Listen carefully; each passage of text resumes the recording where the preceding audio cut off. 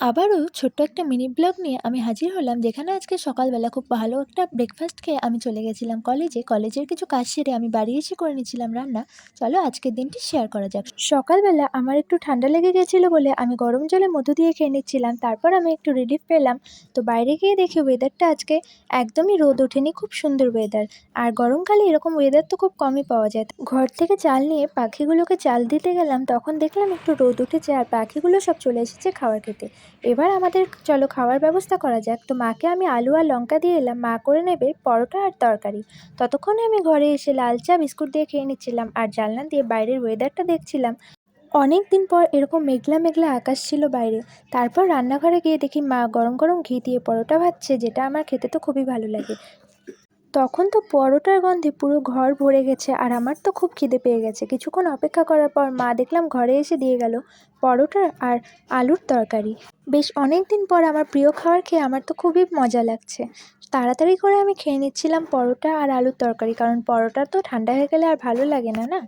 তারপর আমার মনে পড়লো যে আজকে তো প্রজেক্ট জমা দেওয়ার লাস্ট দিন, তাই তাড়াতাড়ি করে খাতায় দাগ টেনে নিয়ে আমি করতে বসে গেলাম প্রজেক্ট। আর ছিল আজকে ইতিহাস প্রজেক্ট জমা। আজকে ইতিহাস প্রজেক্ট কমপ্লিট করতে গিয়ে আমি মনে হয় ইতিহাস হয়ে যাব। তো তাড়াতাড়ি করে আমি করে নিচ্ছিলাম প্রজেক্ট, কারণ আজকেই লাস্ট ডেট আর আমার দেরিও হয়ে গেছিলো অনেকটা। তো প্রজেক্ট আমার কমপ্লিট, আমি তাড়াতাড়ি করে এখন রেডি হয়ে যাব। খুব অল্প সময়ের মধ্যে রেডি হয়ে গেছি। তারপর আমি চলে যাচ্ছিলাম কলেজের উদ্দেশ্যে। আজকে গাড়িতে করে গেলাম, কারণ অনেকটাই দেরি হয়ে গেছিলো, পৌঁছতে পৌঁছতে দেরি হয়ে যাবে। তারপর আমি কলেজে ঢুকে গেলাম। কলেজে ঢুকে গিয়ে প্রজেক্ট জমা করে দিলাম। আমার তো খুবই ভালো লাগছে এখন। তারপর হেঁটে হেঁটে বাড়ি চলে এলাম। আর আজকে ওয়েদারটা তো ছিল খুব সুন্দর, তাই হাঁটতেও খুব ভালো লাগছিল, চারপাশটা খুব শান্তও হয়েছিল। বাড়ি এসে আমি যখন খাবার খাবো ভাবলাম, তখন মা বলল যে আজকে তো রান্না করা হয়নি, রান্নাটা আজকে তুই কর, কারণ পনির রান্না তুই তো খুব ভালো করিস। তখন আমি তাড়াহুড়ো করে রান্না করব ভাবলাম। তো দেখলাম মা সব মশলাগুলো রেডি রেখেছে আর আমি পনিরটা ঝটপট করে ভেজে নিলাম আর মশলাগুলো দিয়ে আমি নেড়ে নিচ্ছিলাম। তেলটাকে একটু গরম করে নিয়ে আমি মশলাগুলোকে একে একে দিয়ে দিচ্ছিলাম। আজকে আমি বেশি কিছু দিইনি। টমেটোটাকে গ্রেট করে নিয়েছি, লঙ্কাগুলো ভেঙে পেঁয়াজ কুচি করে নিয়েছিলাম আর হলুদ, লবণ, জিরার গুঁড়া, পনির মশলা দিয়েছিলাম। আজকে ওয়েদারটা একটু ঠান্ডা ঠান্ডা ছিল বলে আমার রান্না করতে কোনো প্রবলেম হচ্ছিল না। অন্যদিন হলে আমি তো গ্যাসের সামনে দাঁড়িয়ে গরমে ঘেমেই যেতাম পুরো।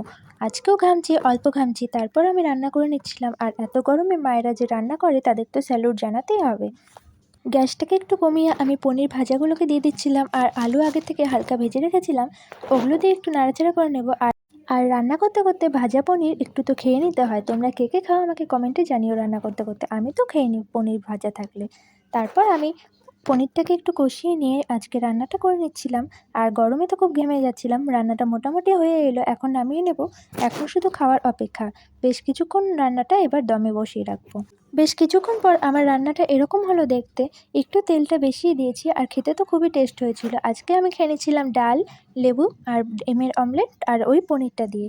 বিকেলবেলার দিকে আমি একটু সেলাই করতে বসে গেছিলাম। আজকে অনেকটাই কাজ করে ফেলছি মনে হচ্ছে।